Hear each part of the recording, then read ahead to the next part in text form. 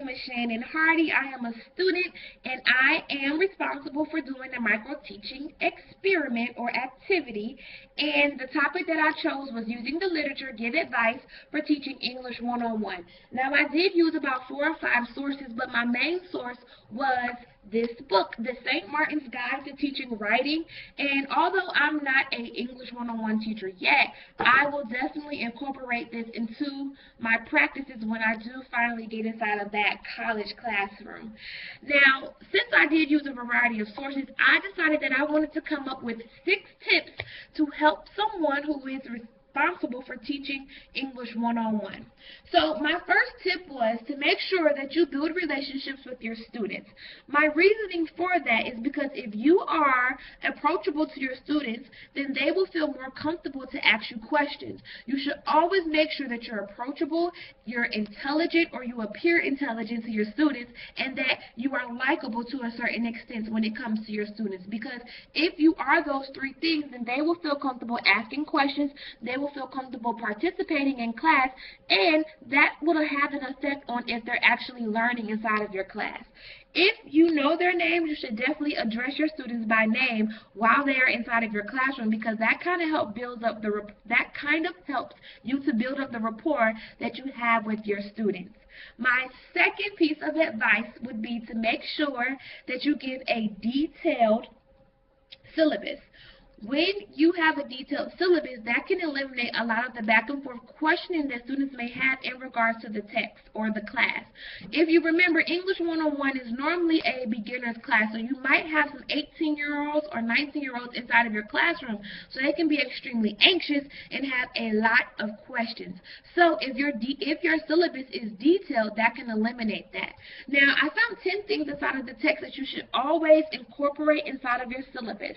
The first one would be a course description, a course text, class policies and procedures, your attendance policy, your grading policy, your office hours and contact information, your course assignments. And when you are giving your course assignments, make sure you are as detailed as you can be.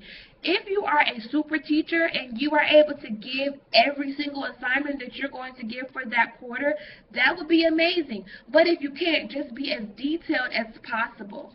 You should also incorporate your university policies, and you should also have a location where students can receive alternative help outside of your classroom or your office hours. My next piece of advice would be to have classroom discussions. Now, normally when we picture our college classroom, we picture some nerd in front of the classroom, standing, talking, everybody sitting silently taking notes. However, in a writing classroom, that might not be as effective.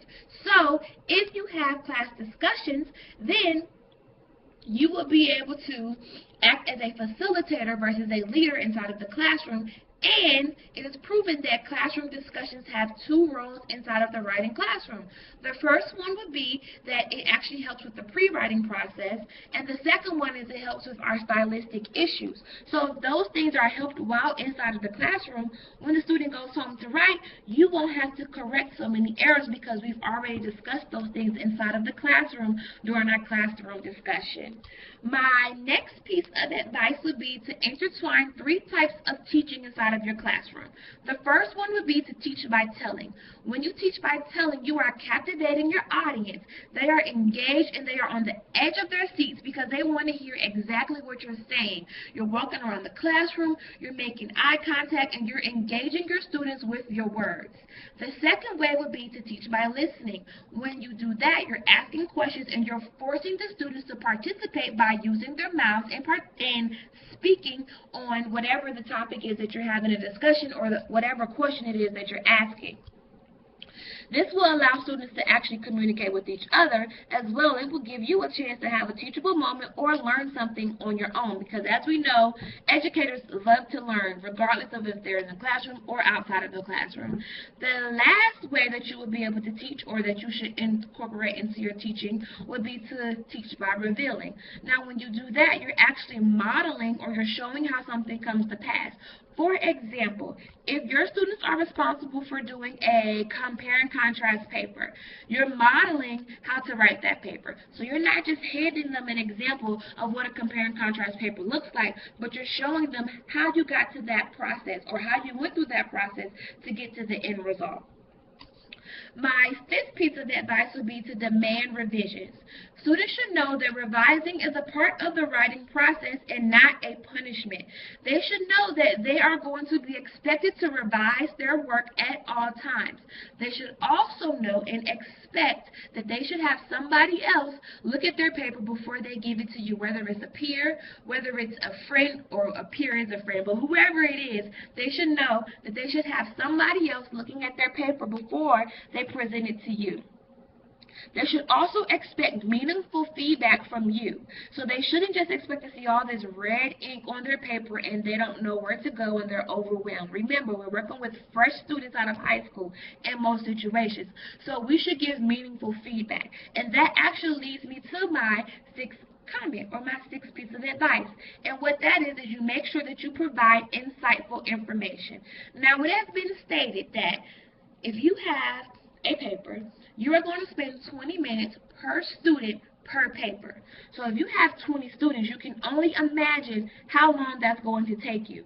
So you need to be sure that you are providing meaningful feedback.